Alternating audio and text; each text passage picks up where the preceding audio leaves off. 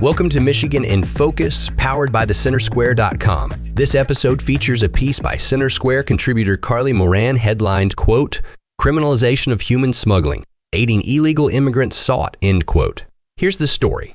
With border exposure and natural ports, Michigan Republicans want to change state law to make human smuggling illegal and criminalize harboring and transporting people who are or have entered the country illegally.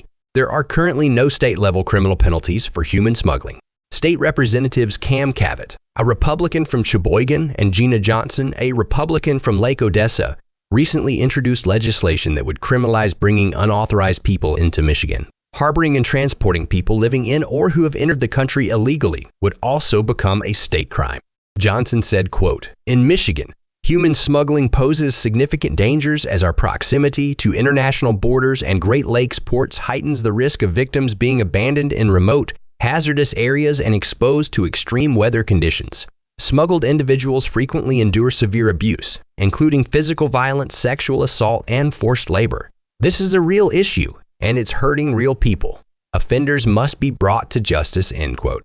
U.S. Immigration and Customs Enforcement defines human smuggling as transportation-based, while human trafficking is exploitation-based. There are already state penalties for trafficking. Cavett said, quote, "Criminalizing human smuggling at the state level will guarantee local law enforcement are authorized and equipped to punish the predators illegally transporting people into our state. These new laws will ensure that even if federal leaders continue embracing more and more radical far-left policies, Michigan will be steadfast in punishing anyone who chooses to exploit the vulnerable for personal profit," end quote. According to U.S. Customs and Border Protection data, the number of migrants apprehended while crossing the northern border more than doubled in 2023, from 3,578 arrested in 2022 to 12,200 in 2023. While about 70% of illegal Canadian border crossings occur in the 295-mile Swanton sector, which includes New York, New Hampshire, and Vermont, Michigan still sees a significant amount of illegal immigration. Johnson said, quote, "Some smugglers even take to social media to promote their services, but their customers have no recourse when they are harmed, abandoned in the smuggling process, or worse, abused, kidnapped, or forced into labor by predators posing as smugglers who never had any intention of helping them gain access to the United States," end quote. According to a report by the Center Square, the lowered security at the northern border can lead to multiple suspected terrorists entering the United States each year. In 2023, a record 147,666 single adults were encountered at the border, with 10,592 being in Michigan. Michigan contains more than 700 miles of the northern border, making Alaska and Texas the only states with a larger share of border mileage.